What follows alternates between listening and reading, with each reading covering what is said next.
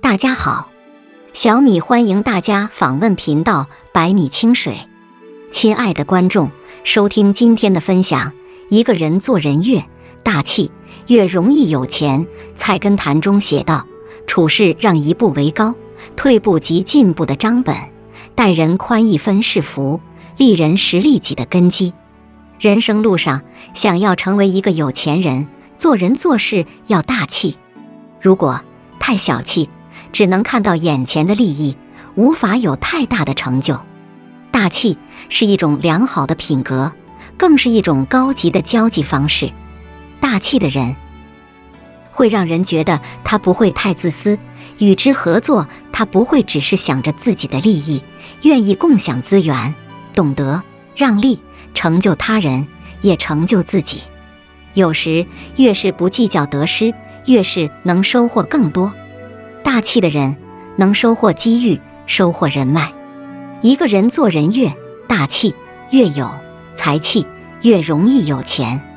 大气的人有远见，大气是一种选择。做人大气的人不会只顾及自己的感受，不会只顾及自己眼前的利益，懂得顾及全局，有远见。《红楼梦》中的刘姥姥就是一个做事很大气的人。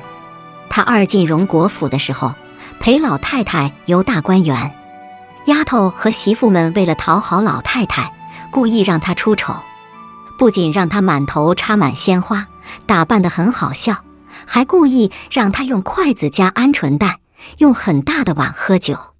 一天下来，笑料百出，她一直配合，把老太太和众人哄得是高高兴兴。事后，王熙凤觉得自己做得比较过分，给她道歉。她却说自己什么都明白，不过是哄人开心，有什么罪过可言。她的大气得到了贾府人的喜欢，离开的时候，她也是满载而归。大气的人不因计较一时的得失荣辱，而失去做人的分寸。他们心量宽，气量大，不会把一些虚名和面子放在心上。大气的人还能用最小的损失去换取最大的利益。做人大气一些，往往能得到的更多。不争不抢，不气恼，不在乎，这样的更得他人赏识。做人大气，机遇不请自来；做人大气，格局和眼界也不会太低。做人大气的人，让人感觉可信、踏实、可靠。有这样一个故事，一个富商买了一座宅子，找了人来看风水。两个人进门之后，听到后院有树叶刷刷作响的声音。富商连忙抓住看风水的先生，对他说：“后院有棵果树，一定是附近的孩子在摘果子。我们等会再过去，别把孩子吓到，再从树上摔下来。”风水先生转头就往外走，并且对这个富商说：“风水不用看了，您所在的地方皆是福地。”大气的人对周围的人不苛刻，时刻保持着宽容之心。做人不计较小的得失，往往能获得更好的人缘。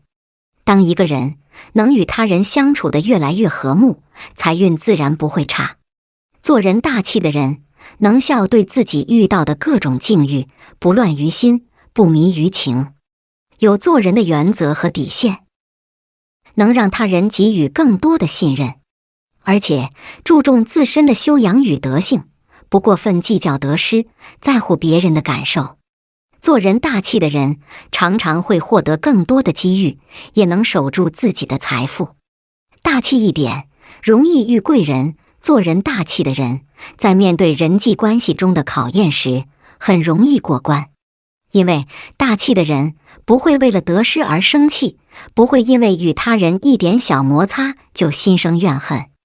大气的人能顾全大局，从更多的角度去考虑问题，善于用心处理矛盾，解决危机，不让任何人受委屈。